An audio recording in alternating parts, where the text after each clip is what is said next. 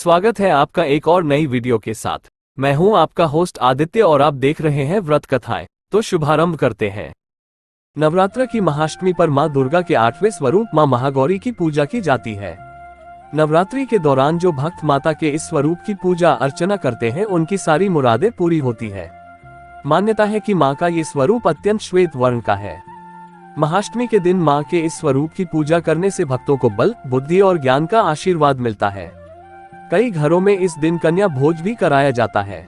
आइए जानते हैं मां दुर्गा के इस स्वरूप से जुड़ी पौराणिक कथा। शिव पुराण के अनुसार महागौरी को 8 साल की उम्र में ही अपने पूर्व जन्म की घटनाओं का आभास होने लग गया था। उन्होंने इसी उम्र से ही भगवान शिव को अपना पति मान लिया था और भगवान शिव को पति रूप में पाने के लिए तपस्या भी शुरू कर दी थी। इसलिए अष्टमी तिथि को महागौरी के पूजन का विधान है। इस दिन दुर्गा सप्तशती के मध्यम चरित्र का पाठ करना विशेष फलदायी होता है।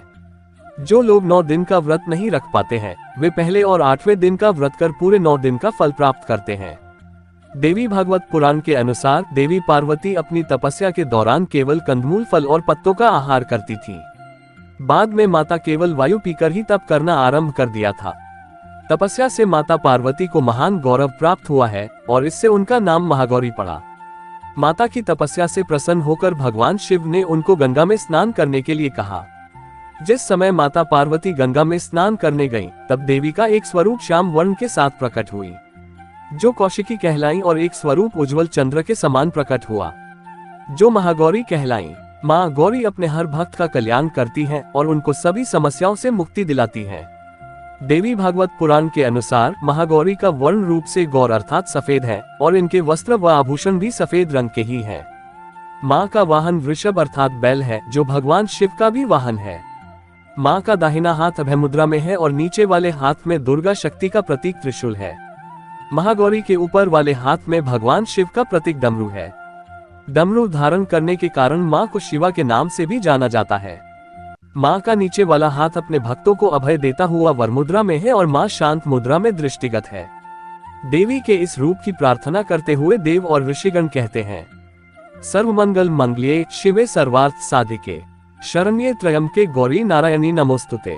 माँ महागौरी अपने भक्तों के लिए अन्नपूर्णा स्वरूप है। ये धन, वैभव और सुख शांति की अधिष्ठात्री देवी हैं।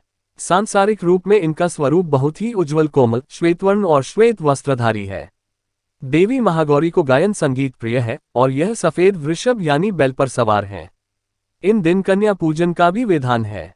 कुछ लोग नवमी के दिन भी कन्या पूजन करते हैं, लेकिन अष्टमी के दिन कन्या पूजना करना श्रेष्ठ रहता है।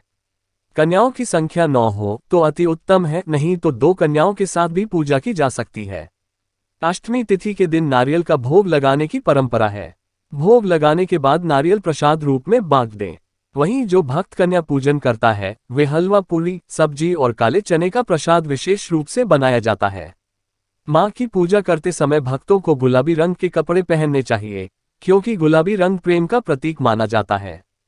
ऐसी ही अन्य जानकारी के लिए कृपया आप हमारे YouTube चैनल से जुड़िए।